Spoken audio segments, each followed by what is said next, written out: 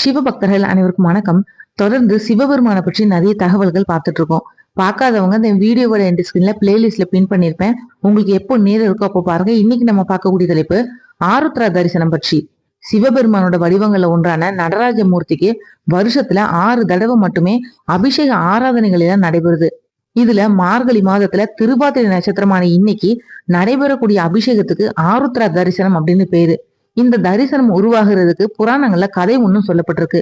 உலகத்தோட முதல் சிவன் கோவிலான உத்தரகோச மங்கையில் இருக்கக்கூடிய மரகத நடராஜருக்கு ஆருத்ரா தரிசன நன்னாள்ல மட்டும்தான் சந்தன காப்பு களையப்பட்டு சிறப்பு அபிஷேகங்களும் நடைபெறுது. இந்த ஒரு நாள்ல மட்டுமே இவரோட மரகத திருமேனியை நம்மளால தரிசனம் செய்ய முடியும். அதுக்கப்புறமா மறுபடியும் சந்தன காப்பு சாத்திடுவாங்க. அணுவோட சுழற்சியை ஆராய்ந்த விஞ்ஞானிகள் அது தில்லையில ஆடக்கூடிய நடராஜரோட நடனத்தை ஒத்திருப்பதா வியந்தாங்க. இந்துக்களாகிய நாம அத ஆனந்த தாண்டவம் அப்படின்னு போற்றுறோம். இந்த ஆனந்த தாண்டவமே பின்னால ஆருத்ரா தரிசன நிகழ்வாக உருவாகிறதுக்கும் காரண கர்த்தாவா இருந்தது. முன்னொரு காலத்துல வேதங்களை கரைத்து குடிச்ச முனிவர்களும் ரிஷிகளும் தாருகாவனம் அப்படின்ற இடத்துல வசிச்சுட்டு வந்தாங்க. அவங்களுக்கு 4 வகை வேதங்களையும் கற்று தெரிஞ்சதுனால கர்வம் தலைக்கு ஏறினது. கடவுள் அப்படின்னு ஒருத்தர் இல்லவே இல்ல. கர்ம மார்க்கமே சிறந்தது. அவரவர் செய்த கர்மங்களே பலன்களை கொடுக்கறதுனால உயிர்கள் தாங்களாகவே கர்ம பலன்களை அனுபவிக்கிறதாலும் ஈசன் அப்படின்ற ஒருத்தர் தேவையில்லாத ஒன்று அப்படின்னு கர்வம் பயங்கரமா இருந்தது.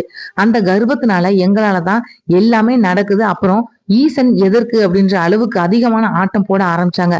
முனிவர்களோட கர்வத்தை போக்கணும்னு நினைச்ச ஈசன் பிச்சாடனர் கோலத்துல உடன் மகாவிஷ்ணுவையும் மோகினி வடிவத்துல அழைச்சிட்டு தாருகா வனத்துக்கு போனாரு. தாருகா வனத்துல இருந்த பெண்கள் எல்லாருமே பிச்சாடனர் அழகுல மயங்கி அவரை பின்தொடர பல முனிவர்கள் மோகினியை பின்தொடர்ந்து போனாங்க. இதனால அன்றாடம் நடக்க வேண்டிய யாகம் தடைப்பட்டு போயிடுச்சு. மிச்சம் இருந்த முனிவர்கள் ஒண்ணு சேர்ந்து நிலையாமைய சரி செய்ய நினைச்சாங்க. இதுக்காக அபிசார வேள்வி ஒண்ணு நடத்த ஆரம்பிச்சாங்க. அந்த வேள்வியில இருந்து முதல்ல புலி ஒண்ணு வெளிப்பட்டது. அத பிச்சாடனர் மேல ஏவுனாங்க. ஆனா பிச்சாடனர் புலிய கொன்று அதோட தோலை ஆடையா உடுத்திக்கிட்டாரு. அடுத்ததா வேள்வியில இருந்து மான், நெருப்பு இதெல்லாம் அனுப்ப அதோட வீரியத்தை குறைச்சி தன்னோட கைகளை ஏந்திக்கிட்டாரு. அடுத்ததா வேள்வியில இருந்து வெளிப்பட்ட யானைய அனுப்புனாங்க. பிச்சாடனர் அதை கொன்று அதோட தோலை மேலாடையா போத்திக்கிட்டாரு.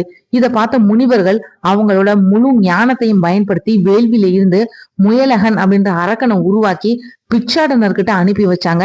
பிச்சாடனர் முயல்களை பிடிச்சு தன்னோட காலடியில போட்டு அமுக்கிட்டாரு. இதனால செய்வதறியாது திகைச்ச முனிவர்கள் வந்திருக்கிறது தங்களையும் மீறிய சக்தியான ஈசனே அப்படின்றத உணர்ந்துட்டு தங்களை மன்னித்தருள வேண்டுனாங்க.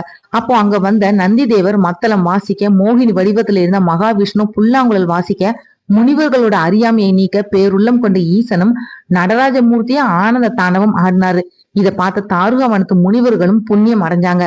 ஒரு நாள் இந்த நிகழ்வை நினைச்சு திருப்பார்கடல்ல பள்ளி கொண்டருளக்கூடிய மகாவிஷ்ணு தன்னை மறந்து ஆனந்தத்துல திளைத்திருக்க அதை பார்த்த ஆதிசேஷன் காரணம் கேட்க மகாவிஷ்ணுவும் தாருகாவனத்துல நடந்த நிகழ்வையும் அங்க ஈசன் நிகழ்த்திய ஆனந்த தாண்டவ நடனத்தை பற்றியும் ஆதிசேஷனுக்கு சொல்ல அவருக்கும் அந்த அற்புத நடனத்தை பார்க்கணும் அப்படின்னு ஆசை உண்டானது. ஆதிசேஷனும் உடனடியா பதஞ்சலி அப்படின்ற பெயர்ல பாதி மனித உடலாவும் பாதி பாம்பு உடலாவும் தோன்றி உலகுல தவம் புரிய தொடங்கினார். அந்த தவத்தோட பயனா பதஞ்சலி மகரிஷி முன்னாடி தோன்றின ஈசன் உன்ன மாதிரியே வியாக்கிர பாதனம் என்னோட ஆடலை பாக்குறதுக்காக ஆவலா இருக்கிறான். நீங்க 2 பேருமே இணைஞ்சு தில்லைவனம்னு அழைக்கப்படக்கூடிய சிதம்பரத்துக்கு வாங்க, அங்க உங்களோட ஆவல் பூர்த்தியாகும்னு சொன்னாரு. ஈசன் சொன்னது மாதிரியே மார்கழி மாதத்துல திருவாதிரை நட்சத்திரத்தன்னைக்கு வானத்துல முழு நிலவு நன்னால மறுபடியும் அந்த ஆனந்த நடனத்தை சிவபெருமான் தில்லையில ஆடி காட்டினாரு. அந்த நாளே ஆருத்ரா தரிசனம்னு அழைக்கப்படுது. திருவாதிரை அப்படின்ற நட்சத்திரத்துக்கு வடமொழியில ஆர்த்ரா அப்படின்றது பொருள். அதுவே பின்னால மருவி ஆருத்ரா அப்படின்னு மாறினது. திருவாதிரை நட்சத்திரம் ருத்ரரோட அம்சம். திருவாதிரை நட்சத்திரத்தன்னைக்கு ஈசனோட ஆனந்த நடன தரிசனம் கிடைச்சா அது ஆருத்ரா தரிசனம்னு சொல்லப்படுது. இந்த நாள்ல விரதம் இருந்து ஈசனை வழிபட்டு ஆருத்ரா தரிசனத்தை கண்டு கழிச்சா சகலவித சுக போகங்களும் கிடைக்கப்பட்டு பிறவி பிணி நீங்க பெறுவாங்க அப்படின்றது ஐதீகம்.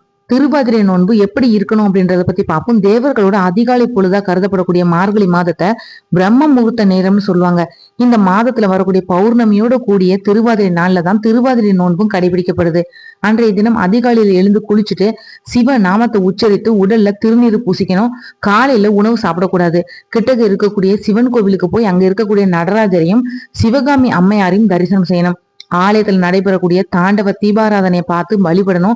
அன்றைய தினம் முழுவதுமே சிவபெருமானுக்குரிய பாடல்கள், சிவபுராணம், தேவாரம், திருவாசக பாடல்கள் இது எல்லாத்தையும் பாராயணம் செஞ்சு வேண்டிக்கோங்க. அதுக்கப்புறமா இரவுல எளிமையான உணவை சாப்பிட்டு விரதத்தை நிறைவு செய்யலாம். வருஷந்தோறும் மார்கழி மாதம் திருவாதிரை நட்சத்திரத்துல கடைபிடிக்கப்படக்கூடிய இந்த திருவாதிரை நோன்பை மாதந்தோறும் வரக்கூடிய திருவாதிரை நட்சத்திர நாளையும் மேற்கொள்ளலாம். தொடர்ச்சியா ஒரு வருஷம் திருவாதிரை நோன்பு இருக்கிறவங்களுக்கு இனிமையான வாழ்க்கை அமையும், கைலாயத்துல வாழக்கூடிய பேரும் கிடைக்கும் அப்படின்றது நம்பிக்கை. மார்கழி மாத திருவாதிரை தினத்தன்னைக்கு விரதம் இருந்து சிவபெருமான வழிபட்டா நல்ல கணவன் அமைவாங்க, மாங்கல்ய பாக்கியம் நிலைக்கும், பாவங்கள் நீங்கும், அறிவு ஆற்றல் எல்லாம் பெருகும், மேலும் எண்ணற்ற பலன்களையும் பெறலாம். இந்த வீடியோ உங்களுக்கு பிடிச்சிருந்தா மற்றவங்களுக்கு ஷேர் பண்ணி விடுங்க. நாளைக்கு மற்றொரு தலைப்பில் நான் உங்களை சந்திக்கிறேன். நன்றி.